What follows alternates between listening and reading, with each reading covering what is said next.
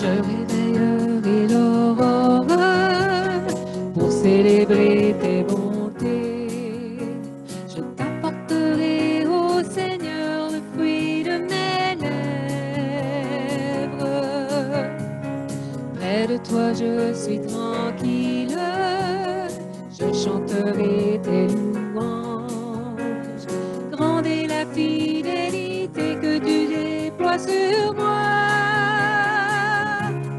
Je veux te louer et t'adorer à jamais. Je veux te louer, t'aimer de plus en plus. Je veux te louer et t'adorer à jamais. Je veux te louer, Seigneur.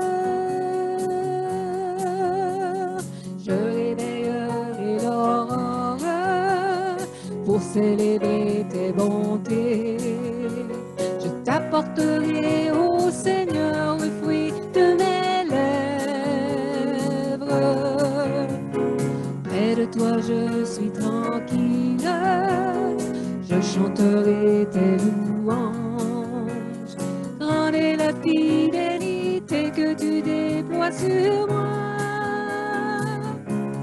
Je veux te louer et t'adorer à jamais. Je veux te louer, t'aimer de plus en plus. Je veux te louer et t'adorer à jamais. Je veux te louer, Seigneur.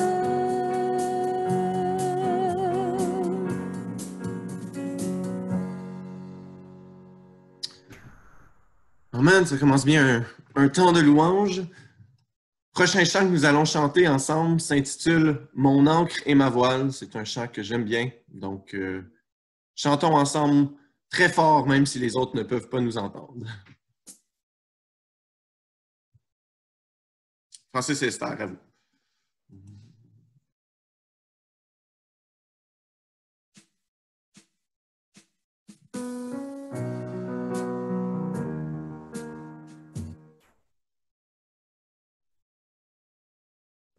Take two.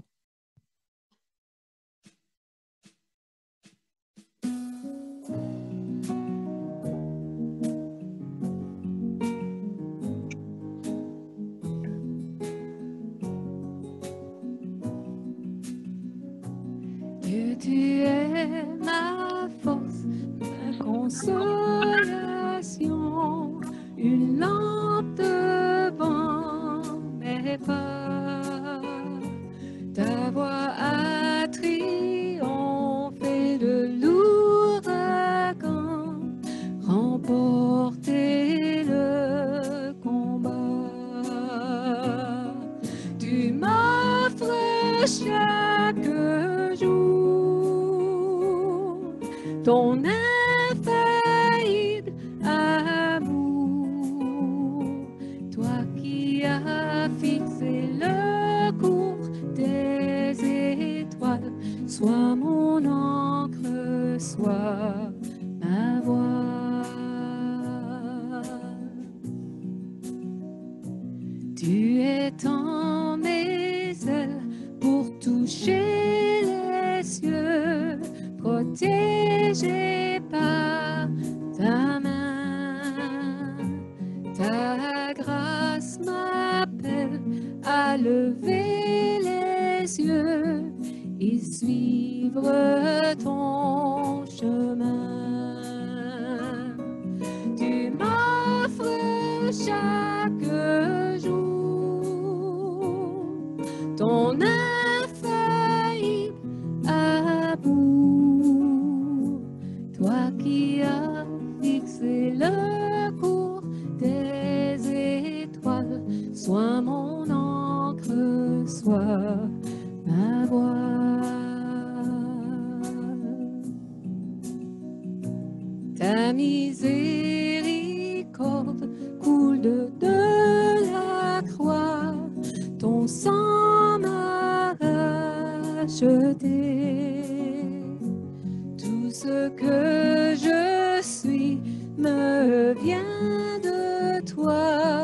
Sans fin, je te louerai.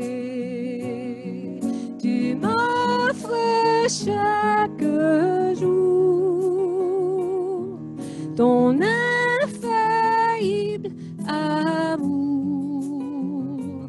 Toi qui as fixé le cours des étoiles, sois mon encre, sois ma voile. Tu m'offres chaque jour ton infaillible amour. Toi qui as fixé le cours des étoiles, sois mon encre, sois ma voile.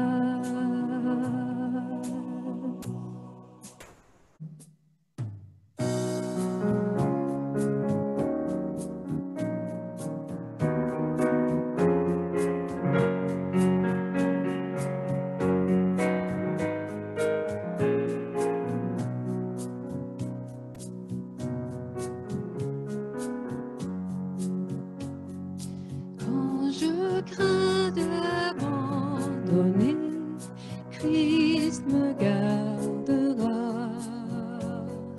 Quand le tentateur est là, il me gardera. Sur ce chemin sans son aide, je ne tiendrai pas. Mon amour est souvent tiède, il me gardera. Il me gardera. Il me gardera. Car mon sauveur m'aime tant. Il me gardera. Il chérit chacun des siens, Christ me gardera. Précieux sous son regard saint, il me gardera. Mon âme sera préservée, sa promesse tiendra. Quel grand prix il a payé, il me gardera. Il me gardera. Il me gardera. Car mon sauveur m'aime tant. Il me gardera. Il a souffert pour ma vie, Christ me gardera. La justice est accomplie, il me gardera. Avec lui ressuscité, il me gardera. Oui, enfin je le verrai quand il reviendra. Il me gardera. Il me gardera. Comme mon sauveur m'aime tant, il me gardera.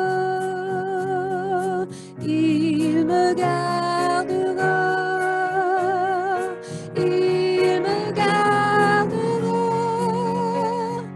Car mon sauveur m'aime tant, il me gardera.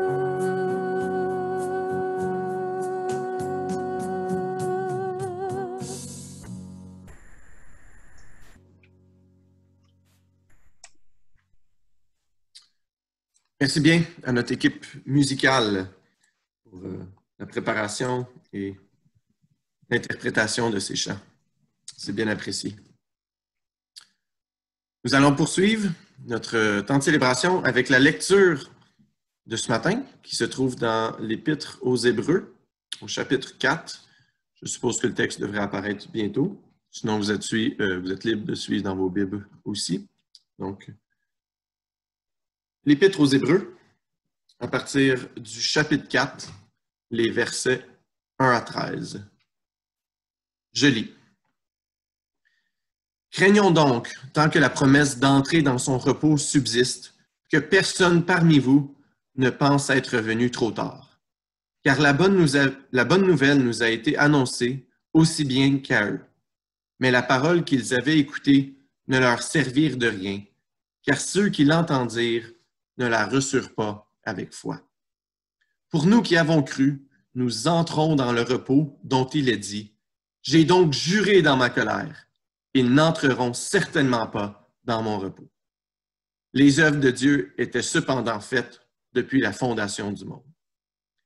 Car il a dit quelque part à propos du 7e jour, « Et Dieu se reposa de toutes ses œuvres le 7e jour. » Et de nouveau dans ce passage, « Ils n'entreront certainement pas dans mon repos. »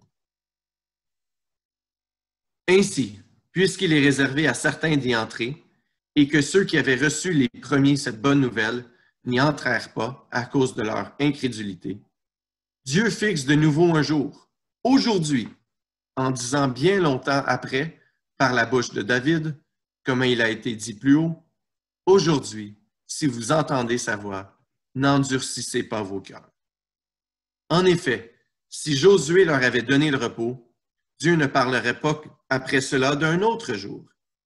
Il reste donc un repos de sabbat pour le peuple de Dieu. Car celui qui entre dans le repos de Dieu se repose aussi de ses œuvres, comme Dieu se repose des siennes.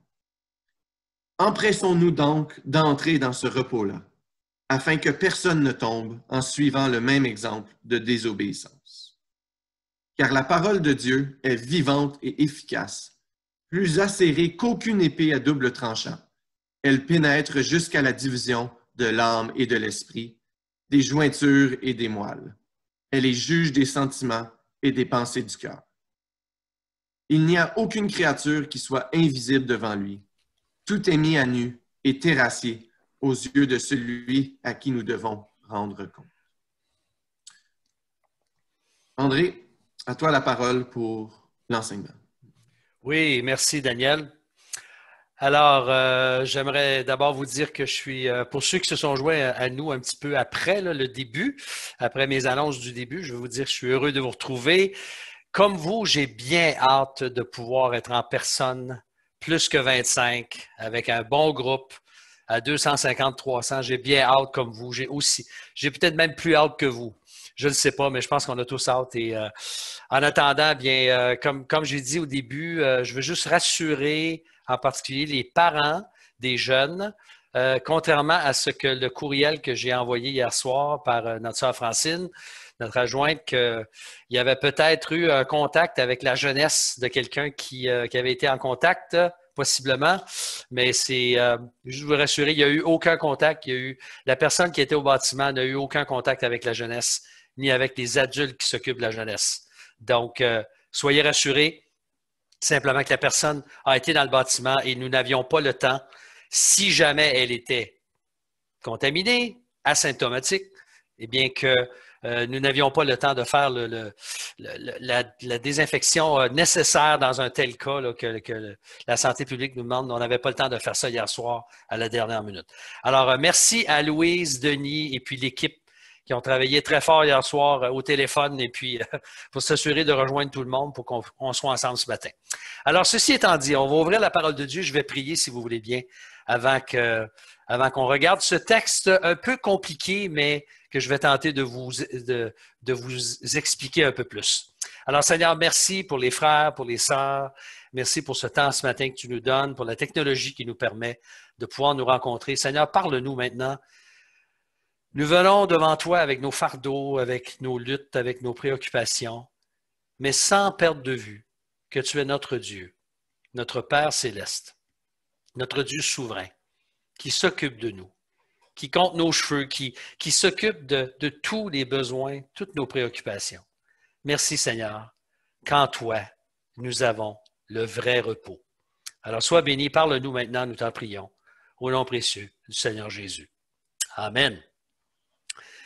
Alors, vous m'entendez bien, je pense, tout le monde m'entend bien. Vous faites un petit signe de tête, oui, c'est beau. Voilà. Quand vous entendez le mot repos, je ne sais pas qu'est-ce qui vous vient en premier lieu à l'esprit. Est-ce que c'est comme moi, une bonne sieste l'après-midi? Ou encore une bonne nuit de repos? Des vacances? Ne faire aucun effort? L'absence d'horaire? Ou bien est-ce que c'est un cœur tranquillisé? Les possibilités sont nombreuses. Mais dans la parole de Dieu, la notion de repos est pas mal plus profonde qu'une sieste ou une nuit de repos. Particulièrement dans Hébreux chapitre 4 est probablement le texte dans le Nouveau Testament qui nous aide à saisir le vrai repos que le Seigneur Jésus nous donne. Jésus est tout, vous le savez, il est plus que tout dans l'Épître aux Hébreux, c'est le thème. On a déjà vu certaines choses. Et là, on arrive au chapitre 4. Et au chapitre 4, c'est un bon exemple d'un thème, comment un thème dans l'Écriture, comme celui du repos, par exemple, va suivre une trajectoire, un déroulement qui nous amène dans Hébreux chapitre 4. Comment Dieu prend un thème et se sert de différents événements dans l'histoire, dans son plan rédempteur, pour nous dévoiler encore un peu plus ce qu'il est en train d'accomplir dans son plan.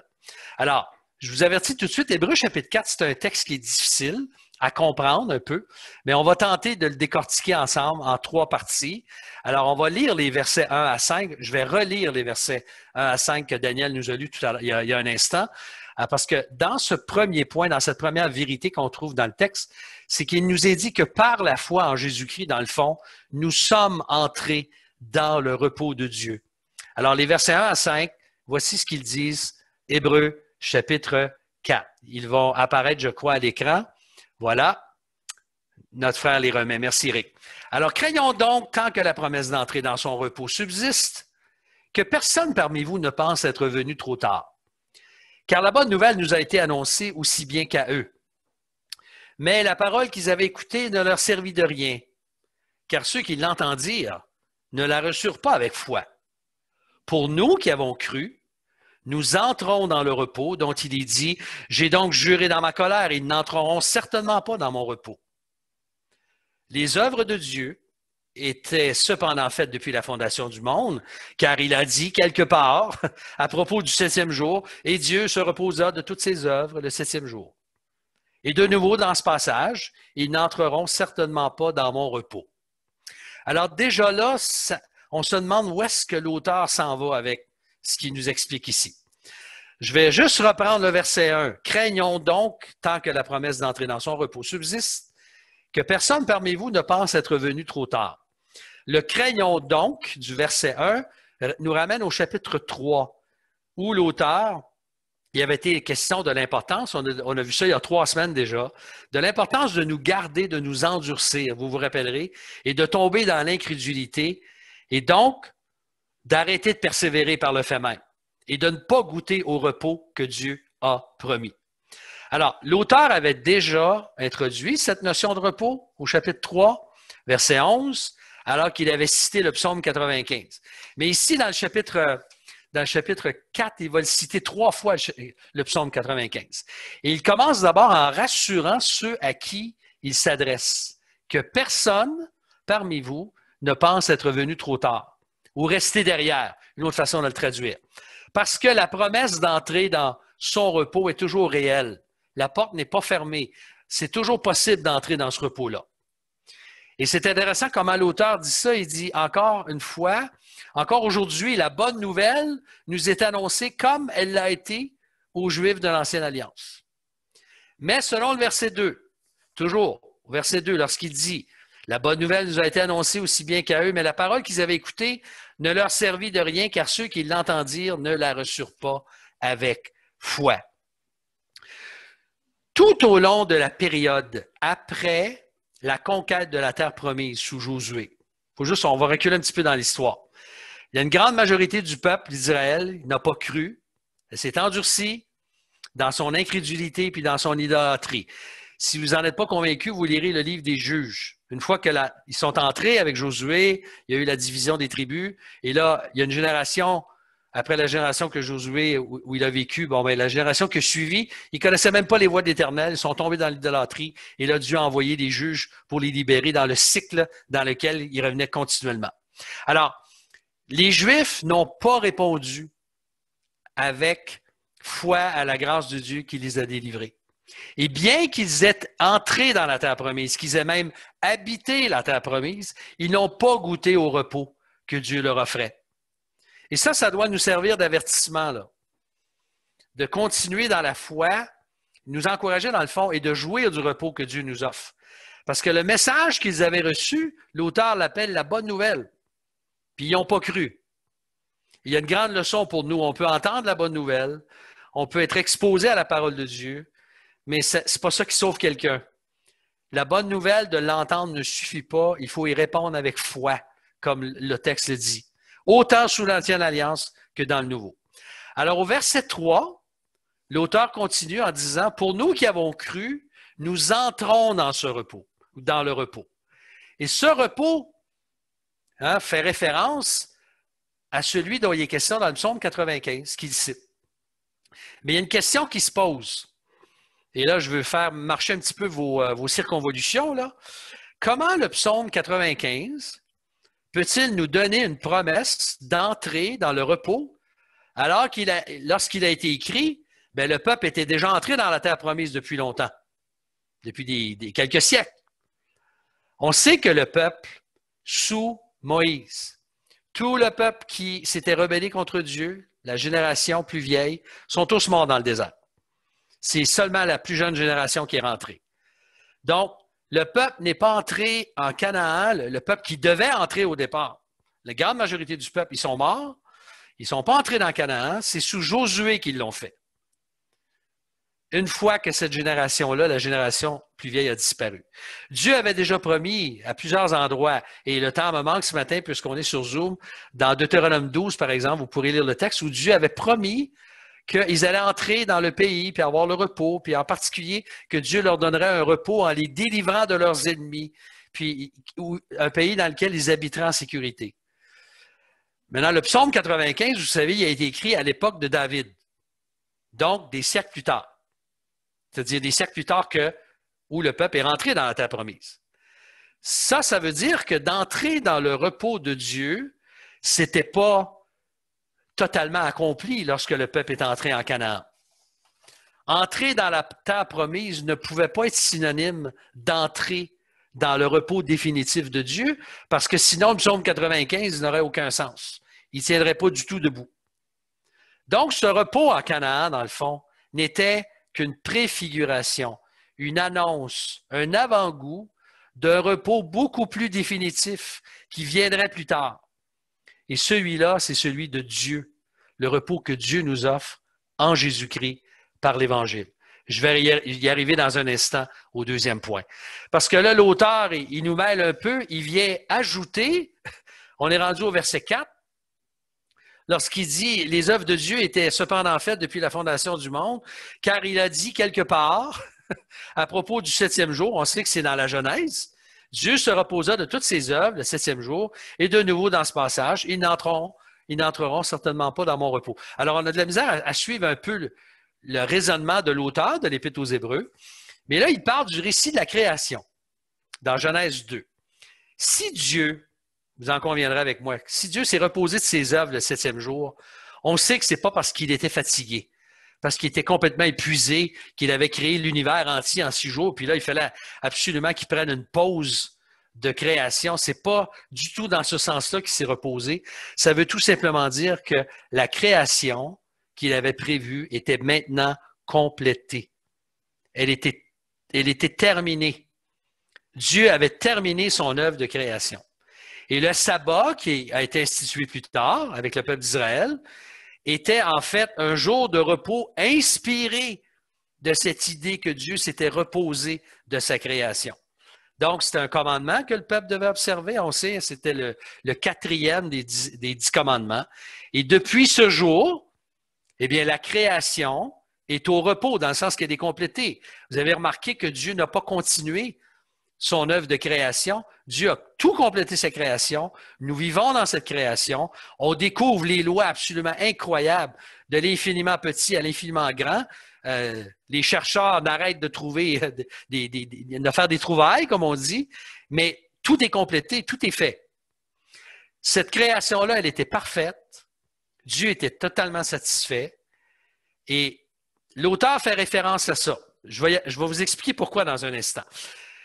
Au verset 5, toujours dans Hébreux 4, il cite une fois de plus Psaume 95 en disant « Ils n'entreront certainement pas dans mon repos », faisant allusion au peuple d'Israël et la génération qui ne sont pas entrés à cause de leur incrédulité.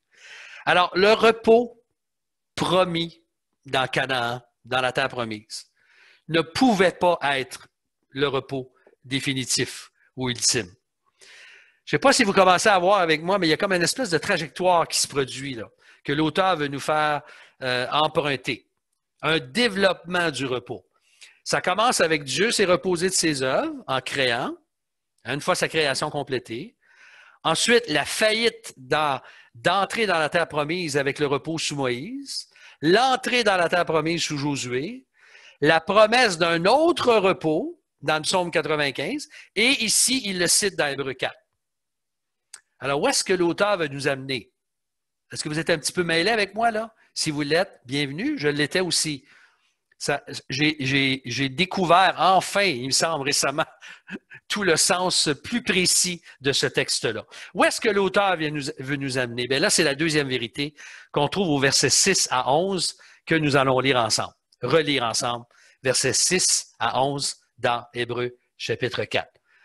Alors, il commence avec un « ainsi ». Ainsi, puisqu'il est réservé à certains d'y entrer, et que ceux qui avaient reçu des premiers cette bonne nouvelle n'y entrèrent pas, à cause de leur incrédulité, Dieu fixe de nouveau un jour, aujourd'hui, en disant bien longtemps après, par la bouche de David, comme il a été dit plus haut, « Aujourd'hui, si vous entendez sa voix, n'endurcissez pas vos cœurs. » En effet, si Josué leur avait donné le repos, Dieu ne parlerait pas après cela d'un autre jour. Il reste donc un repos de sabbat pour le peuple de Dieu. Car celui qui entre dans le repos de Dieu se repose aussi de ses œuvres, comme Dieu se repose des siennes. Empressons-nous donc d'entrer dans ce repos-là, afin que personne ne tombe en suivant le même exemple de désobéissance. Donc, où est-ce que l'auteur nous amène? Mais puisque plusieurs ne sont pas entrés dans ce repos en raison de leur incrédulité, l'auteur nous dit que dans sa grâce, Dieu fixe de nouveau un jour. Et ce jour, c'est désormais quoi? Quel jour? Aujourd'hui. Aujourd'hui, comme le dit Psaume 95. Il nous reste toujours aujourd'hui. Alors que nous sommes invités à quoi? À croire, plutôt que d'endurcir notre cœur, comme le peuple d'Israël l'avait fait, et de demeurer incrédule. Ça rappelle un peu un autre langage que Paul utilise dans 2 Corinthiens 6, lorsqu'il dit « Voici maintenant le temps favorable, voici maintenant le jour du salut, au temps favorable, je t'ai exaucé, au jour du salut, je t'ai secouru. » C'est aujourd'hui, c'est maintenant, c'est aujourd'hui qu'on doit croire, parce qu'on ne sait pas ce que demain va nous apporter. Jacques chapitre 4 nous explique bien ça, que tu ne peux pas te vanter du lendemain en disant « Aujourd'hui, nous ferons telle chose, telle chose, telle chose. » Il dit « Tu ne sais même pas ce que ta vie va être demain. » Tu es comme une vapeur qui paraît pour un peu de temps. Alors, au verset 8, si on revient dans Hébreux chapitre 4, l'auteur nous précise que même si Josué leur avait donné le repos, il ne s'agissait pas d'un accomplissement complet de la promesse que Dieu avait faite au peuple. Ça ne se peut pas. La preuve, c'est que Dieu l'a répété, son invitation, dans le Psaume 95, qui est cité ici dans Hébreux chapitre 4. Donc, ce que ça veut dire, c'est que le pays de Canaan, la terre promise, n'était en fait qu'une image, une préfiguration, un avant-goût, ce qu'on appelle en théologie un grand mot, un type. On a un type et puis un antitype, la typologie, on utilise ce mot-là. Autrement dit, ce vrai repos se trouve dans un autre jour, un repos de sabbat pour le peuple de Dieu, faisant référence au 7e jour, dans Genèse, du verset 10. Donc, de la création Vous voyez la trajectoire? On arrive à aujourd'hui. Aujourd'hui, si vous entendez sa voix. Et en quoi consiste ce repos de Dieu dans lequel nous devons entrer et nous reposer de nos œuvres? Bien, je vais répondre à la question sans répondre. Qui est le Josué ultime qui nous donne le vrai repos? Vous connaissez la réponse? C'est Jésus-Christ. Jésus, d'ailleurs, et Josué, hein, c'est le même nom en hébreu. Yeshua, qui veut dire sauveur, libérateur. Donc, ni le repos de sabbat, ni le jour du sabbat, ni celui de la terre promise ne peuvent être le repos ultime, puisque selon Dieu, hein, selon le verset 7, bien après David, Dieu invite encore tous, chacun, à entrer dans son repos. Donc, notre repos suprême, il est où? Il est en Jésus-Christ. Il est dans l'Évangile. Et ça, c'est la bonne nouvelle de l'Évangile. Notre repos suprême est dans l'Évangile de Christ qui nous permet de nous reposer, surtout de nos œuvres. Et quand on parle de se reposer de nos œuvres, ça fait allusion aussi le fait qu'on n'a pas à gagner notre ciel. On n'a pas à acheter notre ciel avec des œuvres. On n'a plus ce fardeau, lorsqu'on a trouvé le repos, d'essayer de gagner notre salut. Non, c'est par la foi. La foi nous donne le vrai repos. Le repos de nos œuvres, le repos du fardeau de vouloir gagner notre salut par nos œuvres et d'essayer d'en faire toujours plus, pensant gagner la faveur de Dieu. Le vrai repos ne se trouve qu'en notre Créateur, le Seigneur Jésus-Christ, Dieu le Fils. Donc, la conclusion de cet argument, c'est quoi? Empressons-nous, hein, au verset 12, d'entrer dans ce repos afin que personne ne tombe. Personne ne pense être laissé en arrière. Personne pense qu'il est trop tard pour entrer dans le repos. Donc, ce n'est pas juste l'idée d'y penser ou de rêver à ce que ce repos peut nous apporter. Pour éviter de tomber dans le même exemple de désobéissance, il nous faut entrer dans le repos que Dieu offre, c'est-à-dire Jésus-Christ seul qui nous donne le vrai repos. Je ne sais pas si c'est plus clair pour vous, mais je trouve ça tellement rassurant, ce texte-là, de voir la trajectoire que l'auteur va nous faire emprunter. Mais ce n'est pas tout à fait fini. On va regarder troisièmement et brièvement les versets 12 et 13.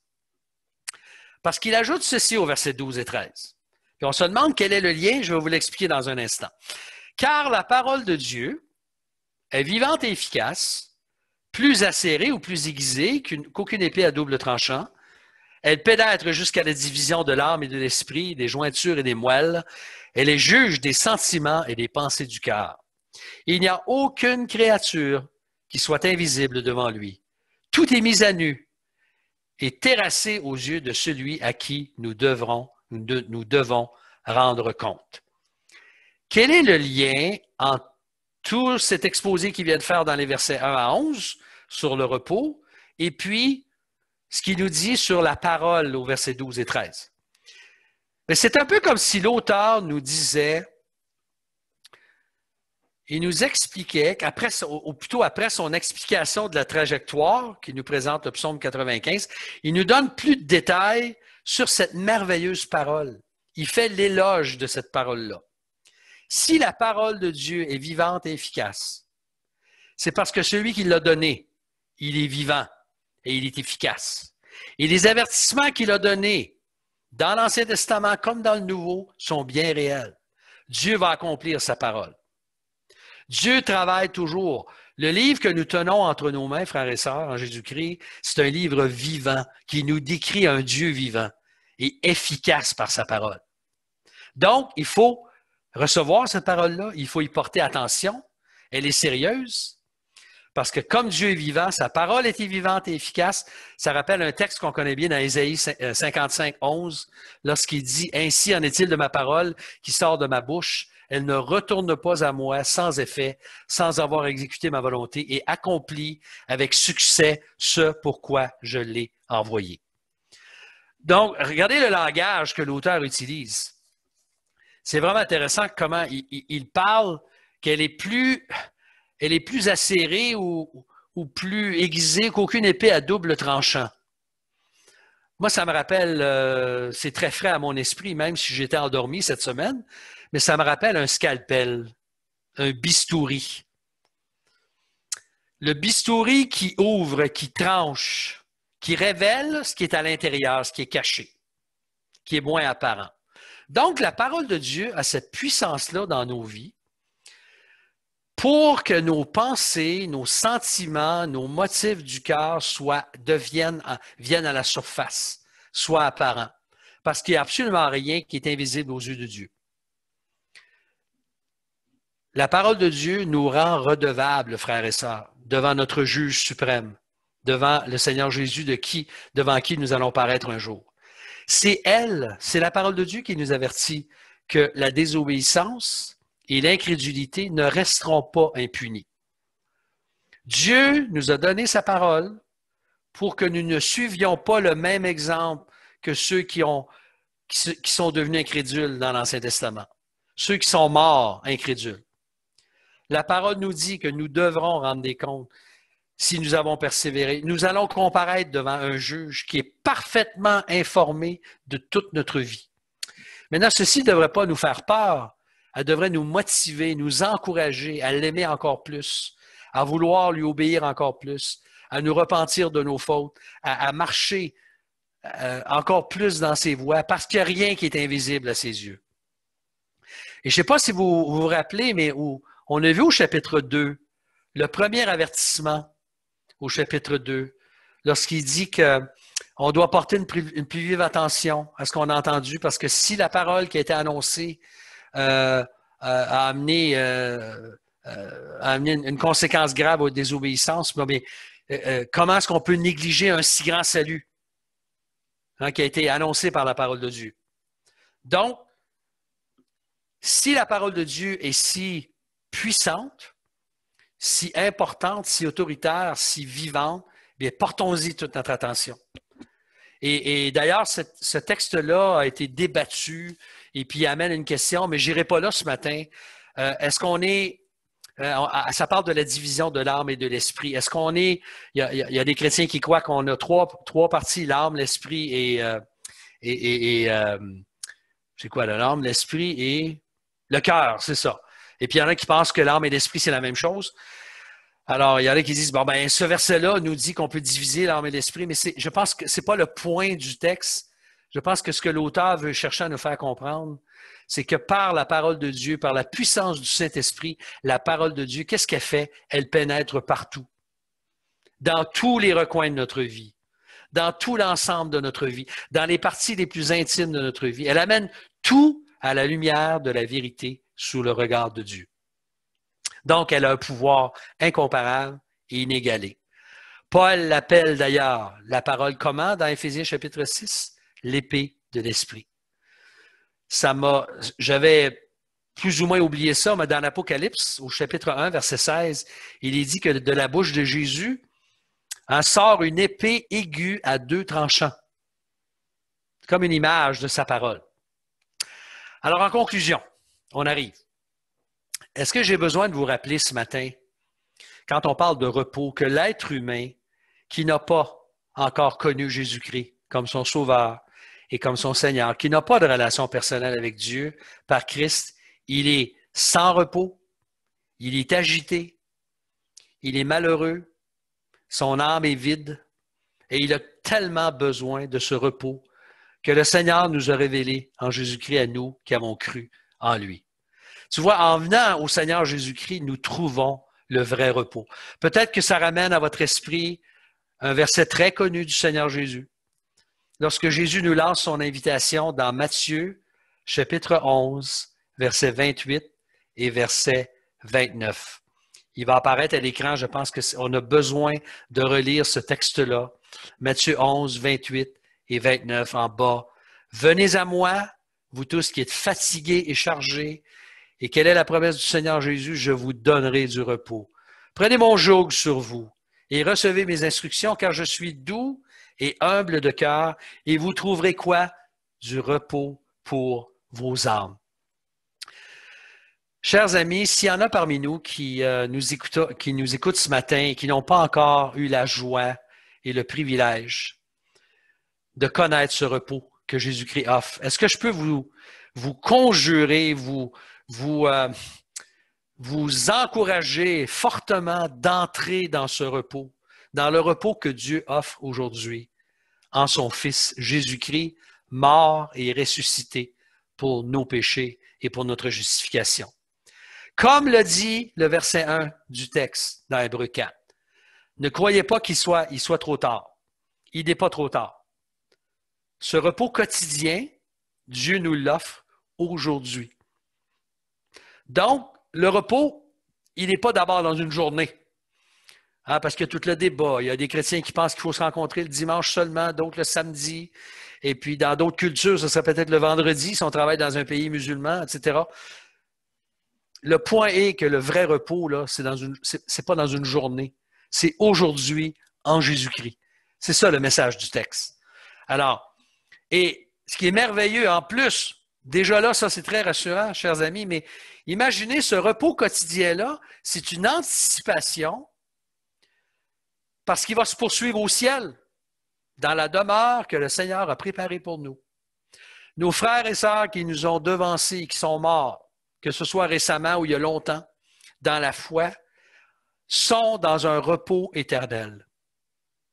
Le repos dont nous jouissons actuellement en Jésus-Christ, ce n'est qu'une anticipation du repos définitif que nous vivrons dans la gloire. Il y a un texte que j'utilise régulièrement dans les funérailles. Il se trouve dans l'Apocalypse au chapitre 14. Il dit ceci. « Heureux les morts qui meurent dans le Seigneur, dès à présent, oui, dit l'Esprit, afin qu'ils quoi, pensez-vous? Qu'ils se reposent de leurs travaux, car leurs œuvres les suivent. » Alors, puissions-nous, aujourd'hui, avoir hâte, bien sûr, à ce repos que le Seigneur nous réserve au ciel, mais goûter à son repos dans nos circonstances actuelles, dans cette pandémie, dans toute l'incertitude de ce temps-ci qu'on peut vivre, qu'on puisse trouver notre repos en lui cette semaine dans toutes nos activités à la lumière d'Hébreux, chapitre 4.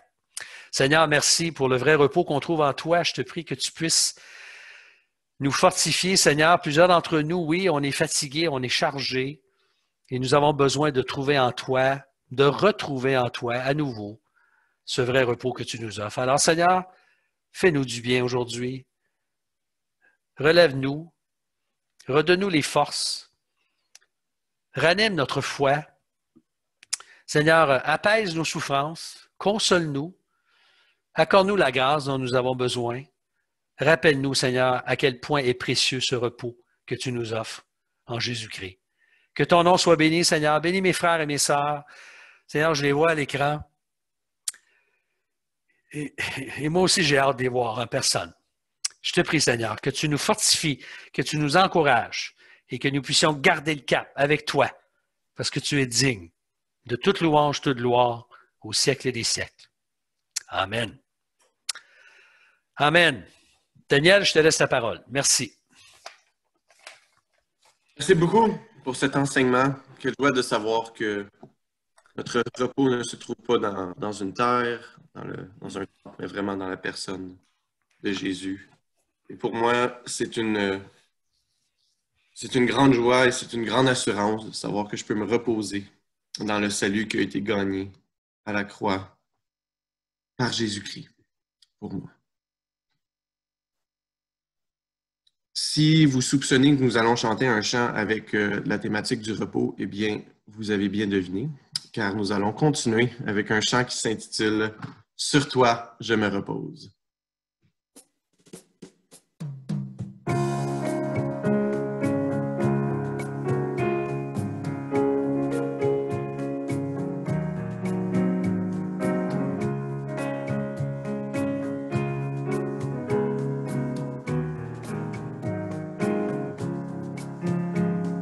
Sur toi je me repose, ô Jésus mon sauveur. Faut-il donc autre chose pour un pauvre pécheur?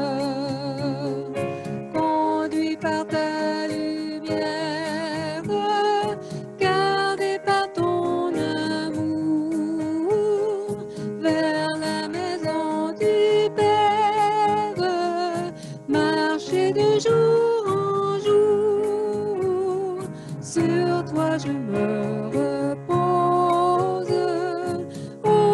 Jésus mon sauveur, faut-il donc autre chose pour un pauvre pécheur? Ah, ma misère est grande, mais tu m'as pardonné. Sainte et vivante offrande, pour moi tu t'es donné. Et de toute l'uriure, par le sang je t'attiens.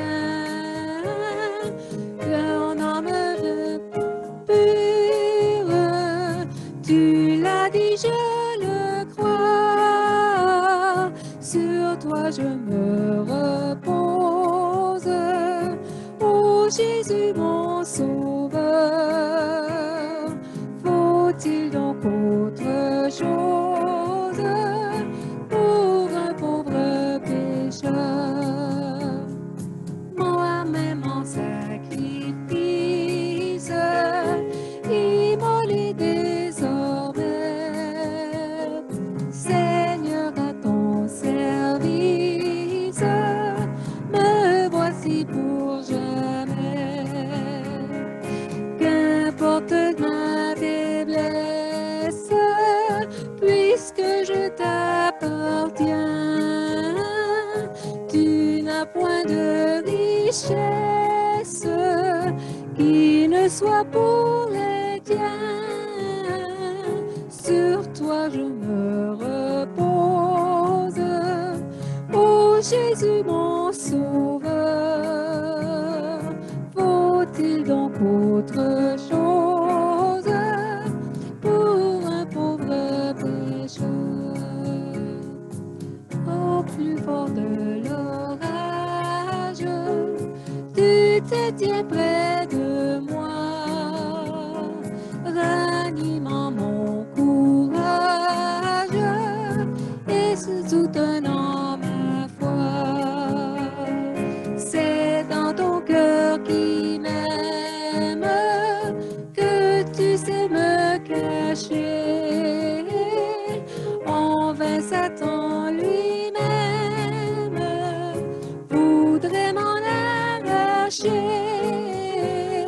Sur toi je me repose, ô Jésus mon sauveur. Faut-il donc autre chose pour un pauvre pécheur? En toi j'ai la victoire, la paix, la liberté. À toi je rendrai gloire durant l'éternité. Si du bonheur dépasse, la source doit tarir. C'est assez de ta grâce pour vivre et pour mourir. Sur toi je me repose, ô Jésus mon sauveur. Faut-il donc